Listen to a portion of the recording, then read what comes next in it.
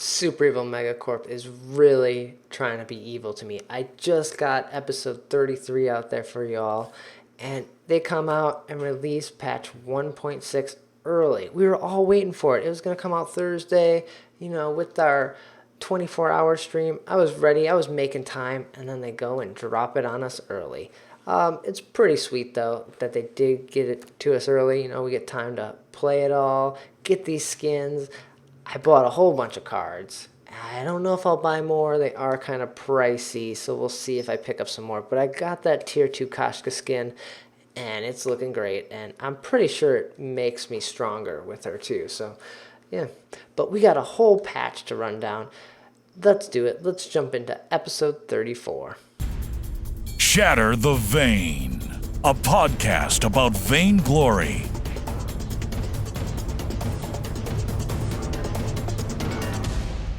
This is the 34th episode of Shatter the Vain. My name is Chmielewski, and this is a podcast all about vainglory. Every week, or in this case, every day, I try to break down the news, gameplay, game tips, and hopefully we can all become better players together. Now, Super Evil did something super evil to me, and they released 1.6 the day I put out an episode. So I'm back again. We've done this a couple times. We've done a patch breakdown episode, and I'm here to do it again. And I brought Gadianton on from BrokenMyth to help me out, run through this really fun patch. Welcome. Hey, Brian. Thank you. You want to introduce yourself? Who are you? What do you do? You've done some great videos that I'm sure people have seen. Yeah, so I really kind of what I've been doing in the community is working with side by side with Gadianton and trying to run BrokenMyth and trying to produce really great content to help educate the Vainglory community. And in fact, it's kind of funny. In the very early stages of me creating videos, I was just kind of a lone wolf and the Scout Trops video, and this weird guy named Brad, he posted it on Reddit for me, and it got a whole bunch of upvotes. And I thought, I might be onto something. So, yeah, your videos are very in depth and a lot more numbers than a lot of people end up thinking about. So I think they're great, different take on it all. Absolutely. Cool. Well, let's jump into this patch. I think we have a lot to talk about. Vainglory News. So I think the first thing to talk about is Rona. She is in this patch. I don't know if this is the most anticipated thing of this patch, but we got a new hero in this patch, and it's kind of like a big deal. I think it changes the game more than anything else. So, her kit is really unique. Ran down it in episode 33, but I think we could just go through it real quick and mention like her abilities and get your thoughts on what she's gonna do and how she's gonna change the game. Sounds good. So her first thing is her heroic perk is Berserker's Fury. This basically Rona's attack 50% faster than most heroes. That's kind of neat. Her A ability is Into the Fray. This allows her to leap into battle, and then it causes a whole bunch of damage, and then also slows the enemies after a few seconds. And then her B ability is called Foe Splitter. Rona lunges to a target, attacks them, and then she can reactivate it again, which gets rid of all of her blood rage and does a whole bunch of damage. And then her ultimate is called Red Mist. This is basically a big AoE spinning axes tornado. And this is probably the most fun to see, but she's super slow when she's doing it and feels like she can just easily be kited. I think it's a pretty neat kit and a little different than some of the heroes we've seen. Everyone usually tends to have like a escape mechanic or a go-in mechanic, and she's got that with Into the Fray and a little bit with the Foe Splitter because that lunges at them as well. Yeah. In fact, going back to what you were saying at the beginning about a heroic perk, it is kind of interesting that they started her off with kind of like 50% faster attack, but 80% less damage from weapon power. It's like, well, why did they make her that way? Like, why would they make that so unique? And it feels like, going back to what you were saying about abilities, it feels like they really want her to not be as dependent upon basic attacks. They want to almost make her like a weapon power spellcaster almost. Oh, Like okay.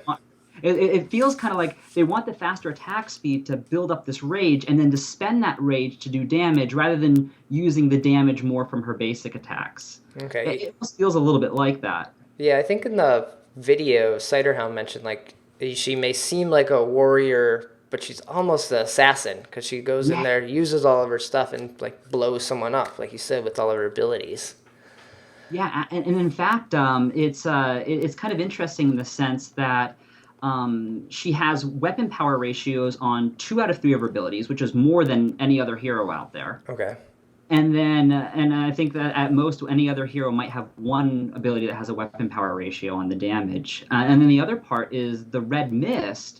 I was talking with Ciderhelm about this, and the base damage of Red Mist appears to be completely weapon power, I think that might be the only ability in the game whose base damage is not crystal power.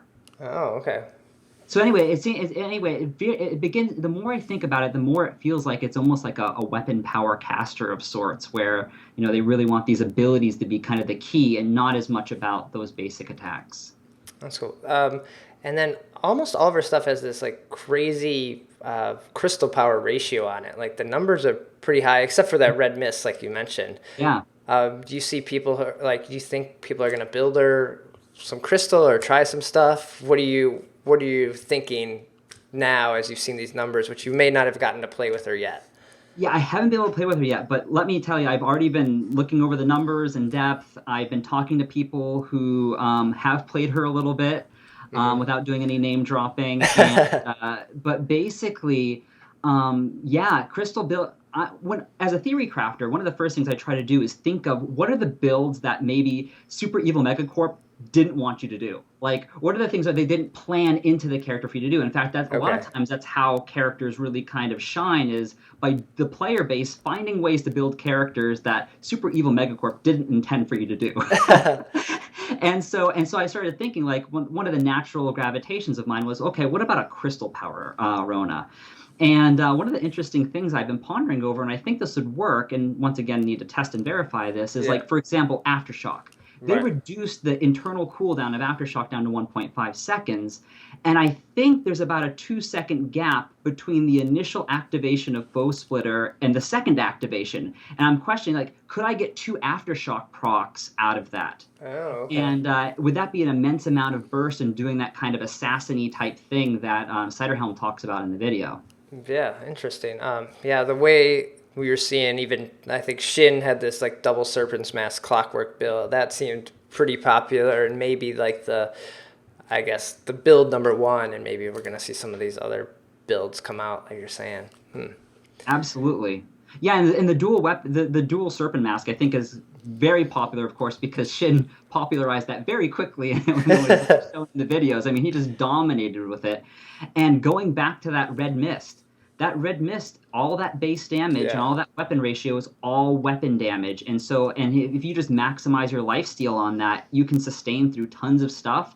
And then if you're doing Into the Fray at the beginning, for 3 seconds, you're getting like 40 to 60% damage reduction on everything they throw at you. You're an insane tank. Oh, geez, okay. Yeah, I didn't think about that. Wow.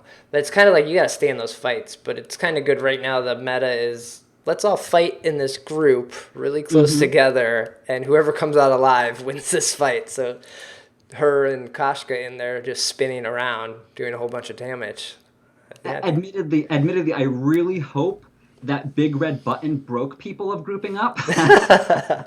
Because it's now called Big Red Button Formation. Everybody get into Big Red Button Formation because we all want to just wipe our entire group in one button. Yeah. So. Okay. Yeah. Well, so maybe we keep seeing the Jewel with the Rona because she's kind of spinning around there, an easy target. True. Which, going back to the Crystal build, I mean, throw in a Frostburn and Red Mist slows everything down around you. I wonder if you can keep pace with them even though you're moving slower. I mean, there's all sorts of really cool things I'm expecting to see coming down the road for Rona. In fact, just as another thought on that. I mean, the beautiful part, I talked to Shin a little bit, and he said that he was thinking if Rona would be, his new favorite hero or not, because he's having fun with her.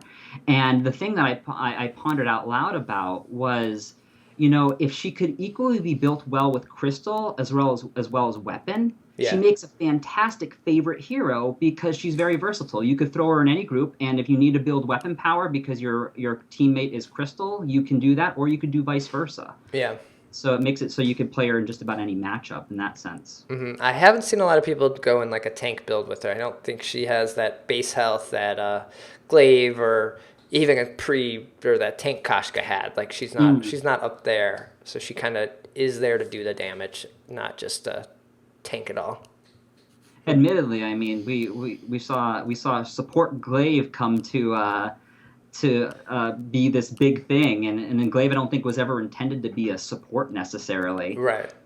So I mean, it's very possible that someone will figure out a way for that too, but only time will tell, I guess. True.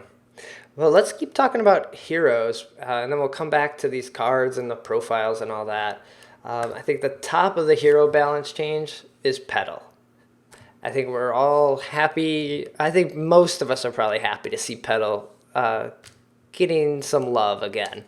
I don't think she is where they want her to be. They've mentioned a couple times this isn't the Petal that we're happy with. We may see some more changes in 1.7, but I think this is enough to kind of bring her back into the rotation maybe a little more. So first off, her pets are now going to attack 50% faster, and her pets are more responsive and really smarter. They will chase the enemies correctly. They just kind of won't like wander around and just be like, hey, I'm just hanging out here.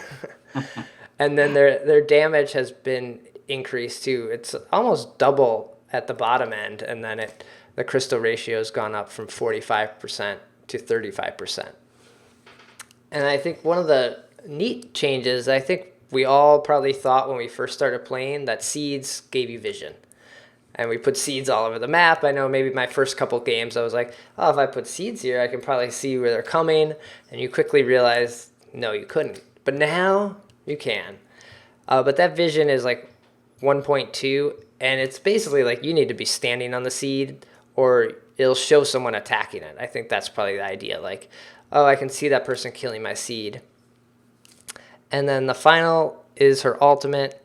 Really, those numbers have just been increased a little bit. Not too much, but enough that's just going to feel the power when they go off.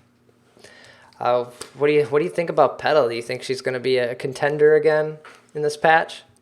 Yeah, so like you indicated, I don't think this is kind of the final destination for Petal yet. But the question is, okay, even if it's not the final destination, is she going to be something that's worthwhile playing? And I think that a lot of players are certainly going to want to try her out now, particularly because it seems like her minions are definitely going to have a little bit more of a kick to them. In fact, we saw that in even some of the gameplay that we've seen in the dev streams, where the artificial intelligence on those minions now really were eating people alive. They were chasing them down, and it was pretty fun to watch. Yeah, because they also chase when you lose vision. So if they try to dip in that bush, maybe like to kite you around, the minions will keep following too. So that's kind of nice. Yeah, exactly. So I think that's going to be really cool. I think that, and it was interesting too to note the damage differences between the old minions and the new ones. They actually reduced the overall base damage on the minions because they're so much more effective now, to help compensate for that. And in so doing, they actually made crystal power ratios more important for them as well. Yeah. So overall, I think that they're really setting Petal up to be a crystal power type hero, or at least better in that regard. So it's hard to say whether or not weapon power will be a viable option going forward, like she used to be. But in any case, I think that crystal power in minions will sound like a really fun thing to try out. Yeah, or maybe we might see like a aftershock Petal with that little bit of weapon damage that's kind of going to hurt because you got that big range, and those minions are just... I think the minions are going to eat through turrets fast. I think if you leave Petal alone, all of a sudden one turret's gone and she's onto that second one before your team rotated back up to lane. Yeah, I know that's a really great point, and I think that in addition to that, though, and I might be jumping forward a little bit, is they changed minion candy too. Yeah, And this actually directly, I think it's a great time to mention this because it directly impacts Petal. for sure. Petal used to be about you hit level 2, you pop a minion candy, and you ate your opponents alive. You were the king or queen in this case Queen, of the yeah. jungle. And that's no longer the case. And I'm hoping and thinking that Super Evil factored that into the changes to the damage of Petal's Minions to make it so that's still a really kind of enticing character to play, even after the removal of minion candy to be used on her minions. Yeah, and and since I mentioned the minion candy also got removed for Fortress's pets as well. His Mm. wolves he sends out, so you can't send those out and pop the minion candy as well. So I don't think minion candy is going to get used as much. I think it was just kind of getting used for that gold miner fight, and Yeah. that was about it. And it's going to become this weird item that's like, I'll buy one of them just for these fights, and then I never get this again. I think that there's probably untapped potential there. It's something I've thought about on occasion is like, I mean, is it possible, like, if you literally just got the ace buff, or you just took over a minion mine, and you go and you have someone in lane with a minion candy, could that minion candy really have a huge impact on tearing apart a tower that otherwise you might not be able to? I haven't been able to answer that or put that to the test yet, but it makes me wonder if Super Evil's sitting there wondering, when are you guys going to start using those minion candy more effectively? And maybe they're more powerful than we anticipate. Yeah, I know. I tried once to aggro a jungle camp to get it up in the lane to try to like build up a wave to minion candy that, but that never worked as well as it did in my head. I was like, I can just build up this huge wave and then minion candy it or minion candy it, and then it'll just crash in and just do all this damage. That never worked that way. So you've at least tried. I still Yeah. need to do some experimentation. Moving on, we got Scarf, who Scarf, I think we're afraid to touch and change because he was doing this crazy amount of damage in 1.4, and just everyone hated him. But he got a little bit of change to all of his kit here. His Spitfire, it collides with heroes and objectives, but passes through everything else. So Petal's Minions, it now goes through them. It also goes through jungle monsters as well. You can now fan the flame turrets. That's kind of crazy because usually you would see Scarf just drop his goop under the turret, spitfire it, and walk away. Yeah. But now I think that burn damage has also been reduced a little bit too, so you're not going to see that as much. Yeah, I think that one thing from reading some of the posts from like Surprise Birthday is that first of all, they want to see less of the trying to take down towers from out of range of the tower, so to speak. That's one thing that dropping a pool of goop under the tower, Yeah. lighting on a fire, and then walking away with virtually no risk, or Celeste trying to blow up a tower from outside range as well. Those are things that I think that they're trying to do away with, and they're actually trying to reduce the damage of such things. But not only that, but I felt like as a Scarf, which I don't play too much, mind you, No. I felt like I would maybe drop my goop and then just sit there and just basic attack. Like I felt like I really wasn't doing too much and helping my team to take down those towers. And they're doing things consistently. And so I feel like by sitting there and being able to fan the flames on a tower, even though it's 33% strength, I feel like I'm still actively doing something. Okay. More than waiting for my cooldowns to come off again. Yeah, exactly. So I don't think this is a big enough change to maybe see Scarf be back in the rotation or in every game, but I think it's enough to give him some love again and just, let everyone know that they're keeping an eye on every hero. Yeah, I think it's very possible that they balanced him a little bit into oblivion Okay. here, and I think they're trying to ramp him back up a bit. In fact, I think that's what they're doing with Petal right now. At the same time, is rather than going ahead and unexpectedly making something overpowered, they're kind of ramping that back up to and tweaking it little by little till it becomes very, very viable without being overpowered.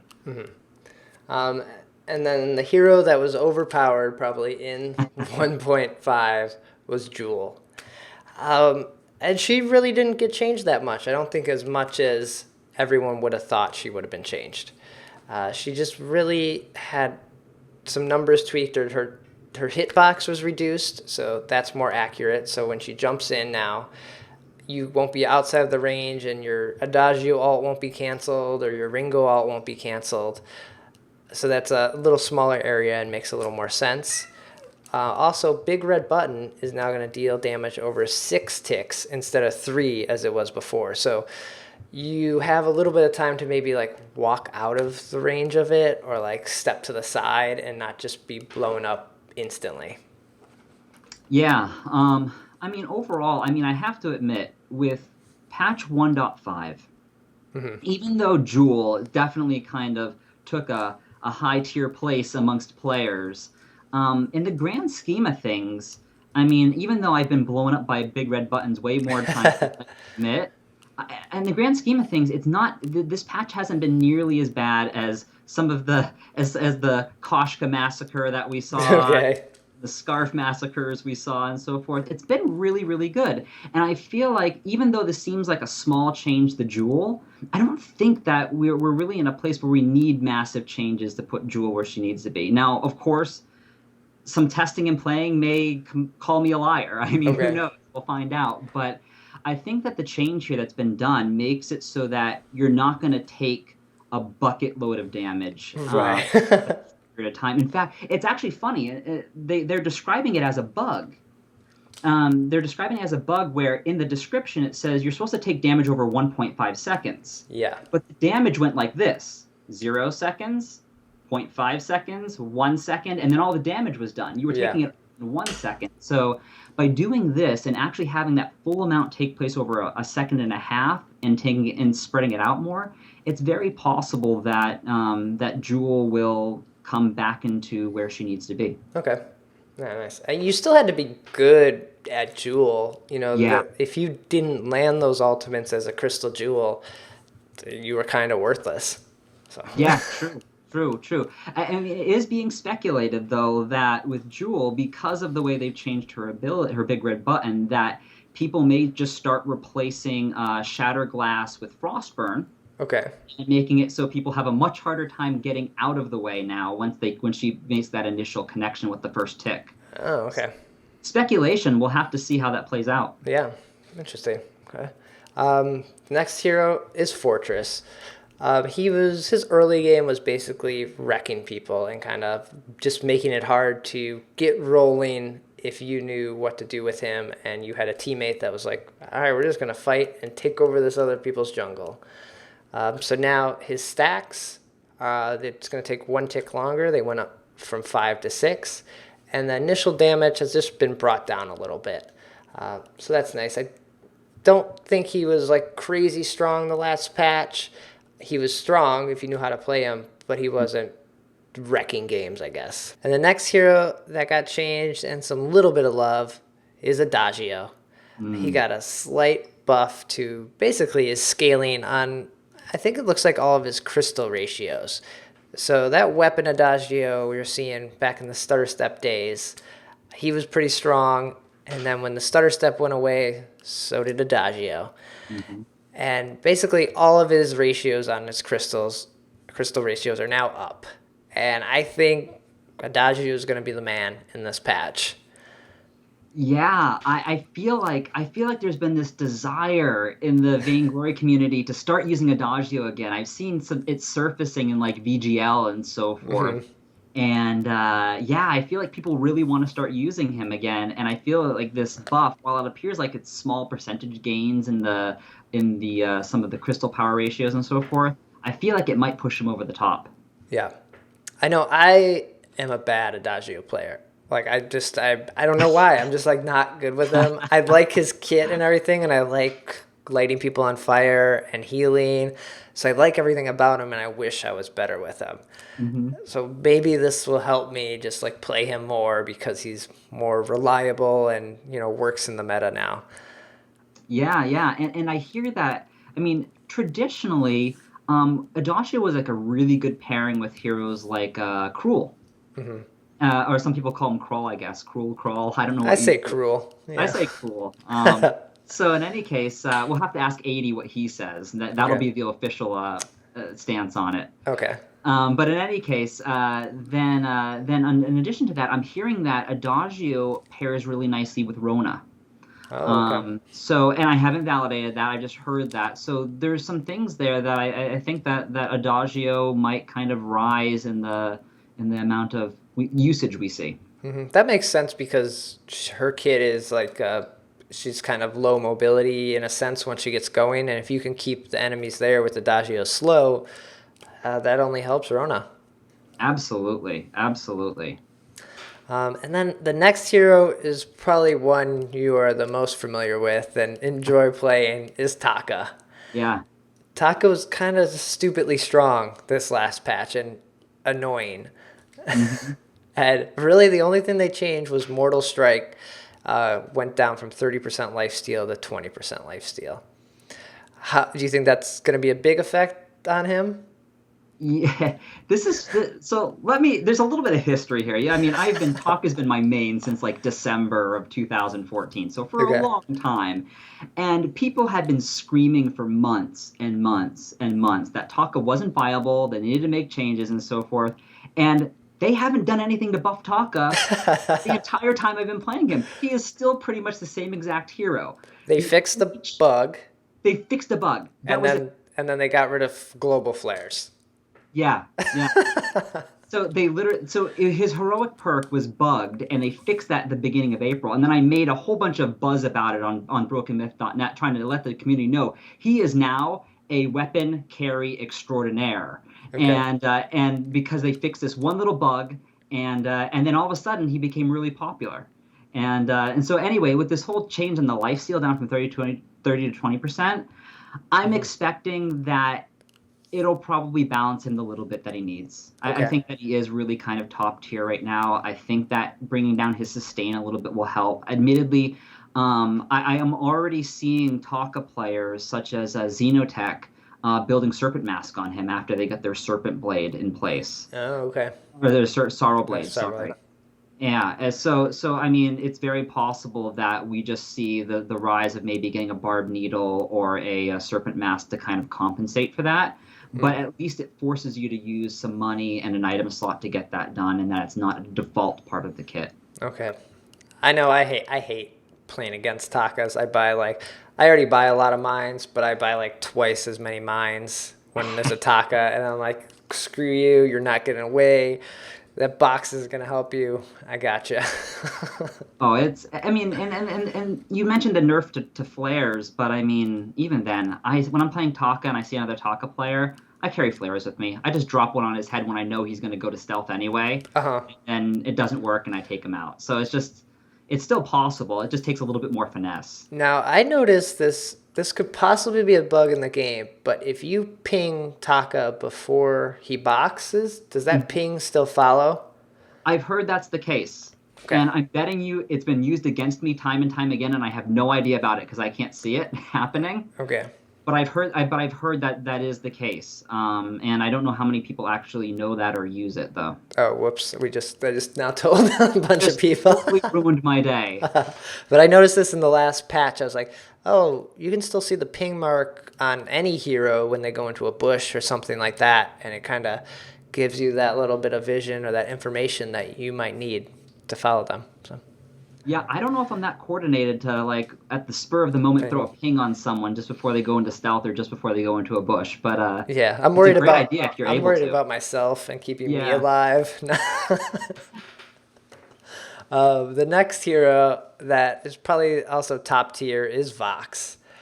And we saw Weapon Vox get nerfed, or we saw Crystal Vox get nerfed a lot, and Weapon Vox became the go-to carry in the game. And now we're getting a little a bit back on his crystal ratios, right? Yeah. So Residence is now going up a little bit. That's his like area that like bounces around. So we're getting a little more damage to that. But the attack speed's getting nerfed a little bit at level 12, which probably isn't a big deal.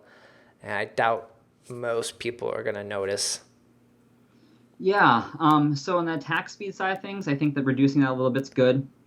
He already has the highest attack speed in the game. I mean, maybe next to Rona, but Rona has this separate kind of attack speed thing built into her kit.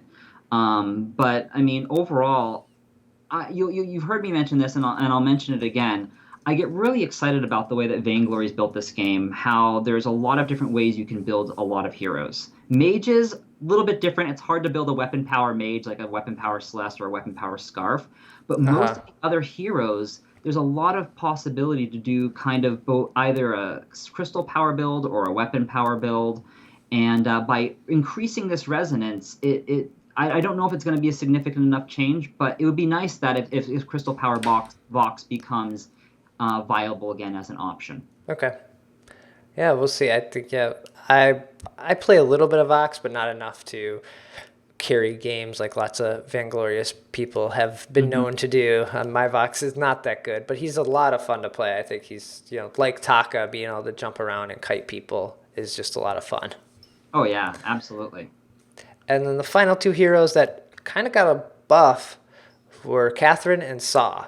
They both got one shield to their kit. So Saw gets one shield addition to his armor when it's spun up, and Catherine grants one shield to her heroic perk. So she gets a shield and an armor now, which I think this only makes Catherine even stronger in this patch. Yeah, now I think that this is a small, but I think potentially significant change to her. I mean, every one of those times that you're getting a stack on her Captain of the Guard perk now, I mean, getting shield on top of that, she already has a really high base shield. It makes me almost wonder, like, is she even going to need shielding anymore as a result of that? I mean, should we just be stacking health on her? I mean, guaranteed. This will come up, but I mean, the changes to Fountain as well. Maybe she'll just be starting to stack health instead of any sort of actual defenses like armor or shield. Okay. Yeah, and then the Saw one, I don't know, that probably just helps him a little bit, but I don't think it adds too much to him that makes him any stronger or not really. I guess I'm not feeling one way or another about the Saw change. It feels kind of small. Yeah. I don't think they know what to do with Saw. I think they're worried that a small tweak could make him too strong, since he's like played in SEA all the time and he's the number one carry there, but not here. And what do they do to balance him so he's not too strong? True. I think he's kind of fallen into somewhat of a bottom rung right now as far as heroes go, and which ones are the most powerful, which ones are the least powerful. But I think this change nonetheless is kind of, I don't know the philosophy or principle behind this, but you'll notice that Petal Seeds now give not just armor, but they give shield. You'll notice that Catherine's perk now gives shield in addition to armor. Saw's now, so I'm seeing this theme here, and I don't know, like I said, I don't know the principle behind it, but there's something going on at Super Evil where there's a method behind their madness. And I'd be curious to talk to Surprise Birthday and figure out what that is. I mean, it's not a bad thing. I mean, maybe they're just trying to create consistency across the board. Yeah, they don't want you having to pick one hero. Like Catherine's like, oh, well, I got the shield, no one else has it, so I'll pick her over because she's already way stronger. Makes sense. So, yeah, if it goes to everyone, it'll be good. But that's all the hero changes. I think some of the heroes that are strong right now are still going to be strong. Vox, Taka, Catherine, Fortress, Jewel. I don't see necessarily right now any of those changing. There's nothing that kind of hints at those going away. True. I think that there may be some indirect effects here. I mean, some of the changes here to items, to other heroes, things like that, changes to Adagio, all of those things could easily change the meta or flip it on its head. If certain things or certain strategies become more popular, all of a sudden certain heroes become less useful. Yeah, and we'll have to see what everyone does with Rona and how they add her to the kit and the teams and see what's working, I guess. True, true. But we did get a couple item changes. So we mentioned the minion candy. Then we got Fountain of Renewal, which this is probably happy to most people because everyone was just starting to stack fountains again. And I was like, all right, well, everyone has two, right? All right, we're good. let's fight this. I I feel like this is kind of like in the defensive item world. I feel like it's just a matter of dropping an item down a notch, so that another one bubbles up to the top. Is what it's been. Like Fountain of Renewal was like really popular, and everyone considered it overpowered, and they kind of balanced it down a bunch. And then all of a sudden Reflex Block became really cool. And they didn't make any changes to Reflex Block. It just bubbled up to the top because Fountain was no longer as useful. And then they went ahead and they changed Reflex Block, how that worked, and so forth. And then Fountain, which has now been the same that as it's been for a while, for several patches, now just bubbled up to the top and they brought it down again. So it almost makes me wonder, like, I know fountains were kind of being abused, but it almost makes me wonder, was it really overpowered or was it just the best choice of the bunch? And so now something else is gonna rise to the top. What's gonna be the new flavor of the month when it comes to defensive items? Right, or if they all keep getting nerfed like this, it's like, all right, let's just all build damage and whoever can kill each other faster. Like, That's a really good point because I mean, what Super Evil's done, and this has been said multiple times, is they built defensive items to be more gold efficient than offensive items. mm-hmm. And if they do exactly what you said, and they keep on nerfing them down further and further, at what point do we say, okay, listen, I'm just going to damage the other team quicker than they can damage me, and that will be my defense. My best defense will be. And if you build like lifesteal items, like the next one we'll get into, like the Barb Neal and the book, it's like, all right, that's kind of my healing right there. Maybe who needs a fountain then? Yeah, exactly. But yeah, the Book of Eulogies got changed a little bit for the healing for melee heroes because it became the number one choice in lane to start with. I don't see that changing because you kind of need that lifesteal if you're going melee in lane. But the healing's been brought down like just a slight bit, and Barb Needle brought down a little bit too. So I think it was just a little too strong. So they wanted to give the melee heroes more risk for being in lane. Yeah, and I think the real key change here to me too was just the fact that on melee healing, you actually have to last hit the minion to get the healing from it. That's really key. Whereas before they weren't having to; they could just be in the vicinity and gain some health regen off of it. So right, and you have to last hit them with the basic attack. Especially like Jewel was using her Thunder Strike to get them and healing off Thunder Strike. So. Oh, that's a great point. I didn't even consider that. So yeah, it says specifically here melee basic attack. So no longer using abilities to get that done. So that'll definitely make you having to decide, like, okay, I can last hit that, and I'll go in and get that, but I could lose the trade back, and they might do more damage on me than the health I was going to gain. So, great point. The next item that got changed a little bit was Bonesaw. Basically, just the armor shred per stack got dropped down from 12 to 10%, which is probably good because if you bought armor, someone bought Bonesaw, and it was like, well, I should have just not bought armor because they're just going to shred that like way too fast and it becomes worthless. So I'm glad to see this get dropped a little bit.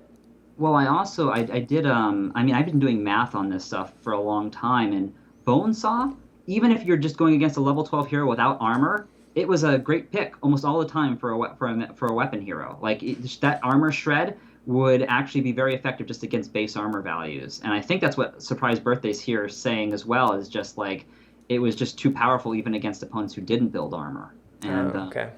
So anyway. Man, that'll be good. And then the last item that got changed, or not really changed, just I guess a more a common sense thing. Flares now, you can tell which enemy, if it's friendly fire or enemy fire, basically. And I'm so happy for this. I was so confused whenever a flare went up. It was like, was that ours? Was that theirs? And if you're not on Skype, if you're in solo queue with somebody, there's no way to tell. And now there is. I'm glad your reactions were a lot more rational. Mine was like, I'm in a bush. I'm thinking I'm sneaking up on my opponent. All of a sudden, I see a flare over my head or something like that, and I'm like, duck and cover, duck and cover, and it was my teammate, flashing a flare for some reason in a direction. And so anyway, it was just one of those things where it's really nice to know who it's coming from. Yeah. I only played one game since the patch launch this afternoon, so my team wasn't even flaring, and the other team wasn't flaring either, so I don't even know what color. I'm sure it's probably blue and red. That probably makes the most sense, right? Yeah, I'll have to put that to the test. I haven't tried out the new patch yet. Okay. Well, that's all the heroes and the items, but then we got some just overall gameplay stuff that I want to mention before we get out of here. The biggest thing is you can now buy cards or card packs in the store. And this allows you to get those tier 2, tier 3 skins. And this is pretty neat. These cards look really awesome, but they're kind of expensive. I haven't really done all the math, and I'm looking forward to seeing someone like break down how much this really costs. But right now it just seems like it's a little expensive, but it's fun. I'm happy to support the game, happy to support Super Evil, and yeah. You said you didn't jump in yet, so you haven't bought any cards yet, right? I was tempted. I was actually going to a video of myself opening up a box to record the whole experience. I haven't yet, but I mean, I have read about other people's experiences. I mean, I've been reading about people who just buying boxes off of the surplus glory that they've built over time. Yeah. One guy got a legendary card within 4 boxes. Nice. Okay. So I mean, people are generally really excited about this. Some people have kind of noted that it seems a little bit expensive if you do everything through ice. Yeah. But at the end of the day, I played other MOBAs. I mean, you've played others as well, correct? Yeah, I've played League and I've played Heroes of the Storm and a couple other ones. So yeah. Have you seen skins generally being possible via free? The only time it's free is if it's a special or a code or something like that, like a giveaway. Yeah. But being able to earn them in game, no. Super Evil is the only thing that I know of that's giving the option to get skins for basically never giving them any money. Exactly. That's what I'm thinking is like at the end of the day, no matter how they've built this out, the reality is that you can get cards by just playing. And then you can use your glory to buy boxes to kind of help round out your collection a little bit. And at the end of the day, I mean, the fact that you can even get skins for free to begin with is pretty extraordinary and out of all the MOBAs I've played. And so I'm really excited about that. But of course, I do encourage people to pay money as well because, I mean, if we want Vainglory to stick around, I mean, they've got bills to pay. They've got paychecks and payroll and so forth. Mm-hmm. And we can help them with that. Certainly a good thing to do as well. Well, you might as well buy those tier 1 skins because I think a lot of people didn't realize that once you use cards for a skin, they're gone.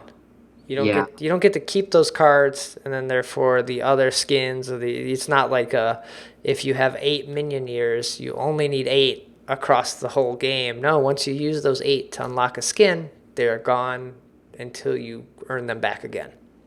Great point. Yeah, my general strategy is going to be like if I really want, for example, if I'm a really big fan of playing Koshka, buy my tier 1 skin, pay money for that, and then however I go about getting the cards for the second tier, so be it. But I can't go and directly buy the second tier, so I might as well save my cards for that. Yeah, exactly. And just makes getting the tier 3 skins even harder then. So if you see someone with one, they either spend a lot of money or they play the game a lot.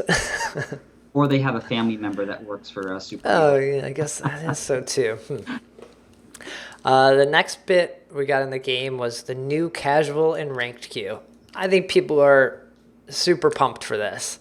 It just gives you more options when you want to play. If you want to play for friends, introduce them to the game. You don't have to worry about your skill tier. You can play with people at different skill tiers. If you're in Pinnacle of Awesome, you can play with a pretty good friend that's like, especially for streamers too, it's great because you can just play with everyone and just not have to worry about your skill tier. But if you want to worry about your skill tier, you can jump into ranked and level up. And, in both cases, you earn all the same rewards. You get cards, you get glory, you get your karma, you get your sinister 7s, you get your win 3s, you get all that good stuff, no matter what mode you're playing. Yeah, I think that this really kind of helps in a sense. So it feels like I'm not really missing out on too much by playing a casual match. I'm getting all the same key Hmm. benefits. I'm just not building my E fame or my skill tier, so to speak. And I think that that's really kind of nice. It's nice because I own all of the heroes on my main account. Uh-huh. And sometimes I want to learn a hero that I really haven't played with. In fact, I'll be honest with you. I have probably played like one or two Celeste games since she came Okay. out, and I've owned her the entire time. And so it's like this will finally allow me to play that on my main account and learn her without having to go ahead and create an alternate account to do so, and then wait for her to be free to be able to do that. I'm going to be interested to see how this plays out and if people are getting upset at casual mode because people do just go in there and be like, I'm going to build tank Celeste, or we don't need a tank. It's casual mode, so who cares? Like, Yeah. how serious are people going to take it? Are they going to even try? Are people just kind of goofing around? And then are those people that aren't goofing around, are they going to get upset? Like, oh, I want to still win. I think everyone wants to win Hmm. when they play. So, Well, there's a couple of parts to that. First of all, I mean, when I play casual, then I believe that there's going to be an invisible matchmaking ranking there somewhere. I believe that I mean, you mentioned like I could be like in the hotness and I could be playing with a vainglorious player or something like that, and that might be possible. But I have the impression that behind the scenes, there's still a elo rating behind the scenes that's helping to match up those teams and so forth. right. So I feel like you'd still be being matched with people of similar skill tier, but yeah, it's very possible you're going to see some troll builds and stuff like that out there for sure. Yeah. Or people just experimenting or trying to learn a new hero. And I think that hopefully the low pressure side of that, where you're not losing ranking or so forth, should make it so it's a lot more easygoing. Yeah. But Um, you may see people also AFK and give up in the game. Like, you're like, oh, we're not going to win this. Yep, screw it. I got to go. So you may start to see some of that. But I guess you may still get put in that deserter queue. So. that's true. That's very true. But that is a very good point, one I hadn't considered. That's kind of an extreme scenario, I guess. Yeah, because there's going to be times where I think people didn't want to jump into a game, like maybe yourself, your plane's about to take off, and you're like, oh, I think I can get in a game. I got like 20 minutes. Oh crap! They're boarding now. They're ready to go, and I can't finish this game. It's like, oh, it's casual, whatever. So I apologize to all the players who I'm on a team with where I'm about to hop on a plane and and I decide to play a game. So actually, I try not to do that to people no matter what. But maybe I'm a little too courteous as a player, I guess. But Yeah. All right, that'll be fun. I know I'll probably be in there tonight practicing my Crystal Ringo build. I'm working on a build for Vainglory Fire, so I want to test out some things and try it out. And people don't always like Crystal Ringo in ranked play. but additionally, though, there's the other side of this. We talked a lot about the casual, but what about the ranked side? With on the ranked side, it looks like they put in some pretty decent requirements to at least say like this person's played a little bit. He's acquired at least a few heroes before he can go into ranked. Yeah, you're going to And need to own 3 heroes because mhm. free heroes do not work for that rotation or for the ranked play. And you got to be account level 10 and karma level 10. Mm. So it means that you've got to had some a little bit experience, and that people haven't downvoted you into oblivion because you're a mean player to play with, I guess. Yeah, but you've been trolling casual, and then you're like, all right, now I'm ready for ranked. Exactly, exactly. I think it'll be interesting though, because now that they split this out, I'm assuming the only reason they split this out is because they feel like the player base is ready for it. Because I mean, you've got to have enough players in order to split out ranked queue and casual queue, or otherwise queue times might be really kind of brutal. Right. I think I'm most happy for ranked play, just knowing that I'm going to go in there. Everyone who wants to play, they want to win. They are trying probably their hardest because they want to level up and move up in their skill tiers as well. So the game should be, I think, more evenly matched and I think more intense even too. Yeah, I agree. No, I'm gonna love that aspect of it. I'm kind of competitive at heart, and so it'll be definitely fun where everyone's kind of in try hard mode. But it also then there's the other thought too, where I think as the player base gets bigger and bigger, hopefully maybe even with the Android release, maybe this really Oh kind yeah. of explodes. They may even go take it a step further and split out ranked into kind of like solo queue and team queue. Right. Because right now, I mean, I don't know how it's going to play out. Like, I could be just solo queuing in my try-hard mode, and even in my best try-hard mode, I may still come across people in party queue who are on Skype, and they're going to go ahead and obliterate me. Wow. So we'll have to see how that plays out. Overall, I think it's a really good change, and I'm excited for it. Yeah, I'd love to see teams be added to the queue process at some point. So you either have a team you set up, and maybe it's like 5 members or 6 members, and then whenever 3 of you are on, you can go in the party queue, and that will match you up with another party. So that could be a lot of fun. Absolutely. And then we got, with the rank queue, we got like an update to the profile screen, which I think the most exciting thing I'm all for here is just seeing your skill tier move up and down after every game. I agree. So they got rid of the 5 game thing because it was the most frustrating thing. I never knew what was happening. It's like, oh, did I even play 5 games? Like, oh, was that 5? I never knew what was happening. And then I was always in the same stupid silver tier, and it's like, oh, I'm not even going anywhere. So so now we have like a little meter that shows how far you are in bronze, silver, and gold, and gives you a little more indication that, oh man, I need to try harder, I'm losing, or like I'm almost in that next tier, let me pick my best hero and move up rather than maybe like filling a role. So Speaking of which, I've been doing a lot of experimentation on my primary account and losing a lot of games as a result of it. I'm really trying to get this experiment fleshed out. And I logged in. I was actually much further down in my current skill tier than I thought I was. Okay.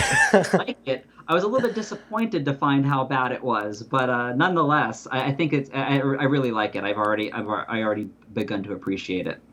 And we may notice as it's moving up or down, you may be able to tell without having to add people as friends. Be like, oh, it looks like I moved up a lot in that game. That team or the other enemy team must have been pretty good, like as a higher skill tier, or vice versa. Like, oh, I lost a lot. That team must have been really bad.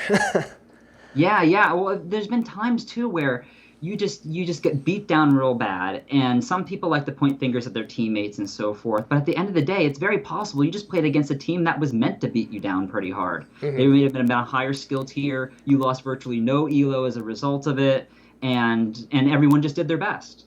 Yeah. So I'm excited for that. I'll probably be playing mostly rank Q. I feel like that's just what I've grown accustomed to, and depending on who's on, I feel like rank Q is where I'll spend most of my time. Amen. That's what I'm expecting to do as well. So there is another mention here too in that same section where it's talking about upvoting and downvoting actually has like weight to it now. You're gonna gain and lose karma based on your up and down votes.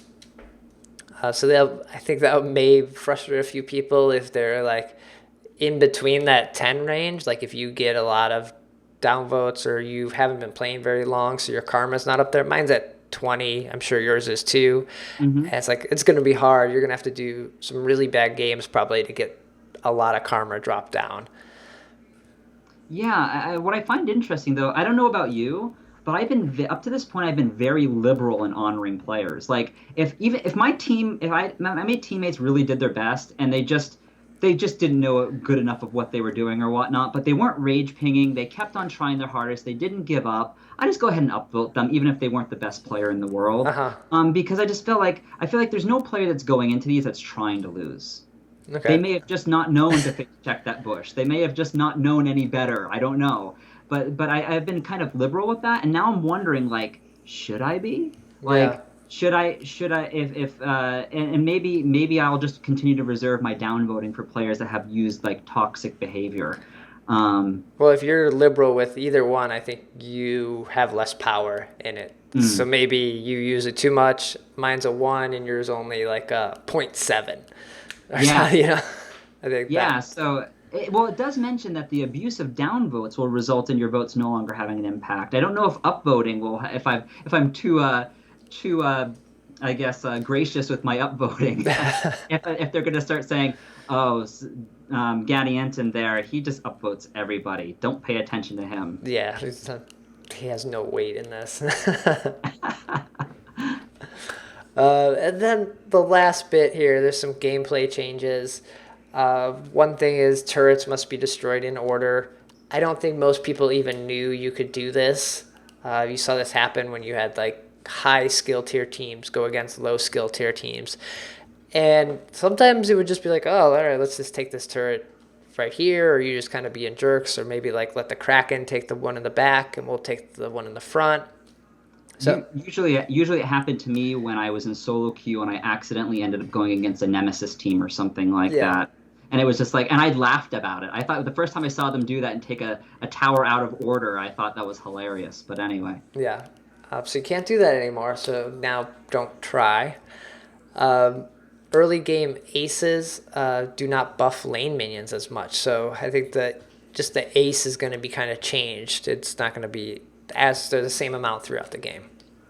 Well, I think that taking an early game tower, for example, it puts a lot of pressure on the jungle. And it all of a sudden takes you out of the typical laning jungle phase, and it puts a lot more pressure on the enemy team. So, and it can cause a snowball pretty bad in some cases. So maybe that'll help out to kind of keep things more even in the early to mid game, I guess.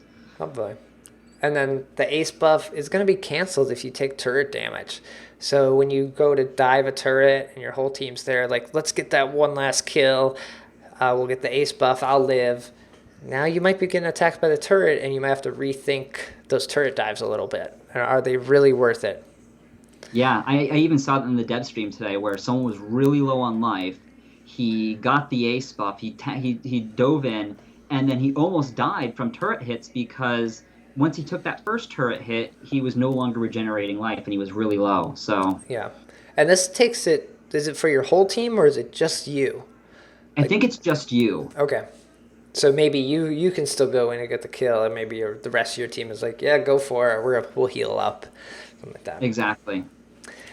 And then someone mentioned in the Twitch chat too. They said melee heroes, the minions, the lane minions, now do a reduced amount of damage. So with that Book of Eulogies change, you're not going to be taking as much damage in lane as well. Yes, and it's good that you brought that. I was thinking about that actually when we were talking about the changes to Book of Eulogies and Barbed Needle. And it seems like this is only for melee heroes, though. Where you're getting a bonus defense against lane minions now. Yeah, this seems like there could be a bug in that, like we had with Vox. You know, the Book of Eulogies was like double healing. Like this seems like a weird. It's got to know that it's a melee attack, so that's kind of interesting. It's going to take some smart people to validate whether it's broken or not, though, because you'd have to be sitting there looking at numbers on this flashing up on the screen to be able to really pinpoint if you're getting the bonus or not, or if that's bugged or how that's working. Mm-hmm. And then the jungle minions are they're not strong anymore. They don't do true damage.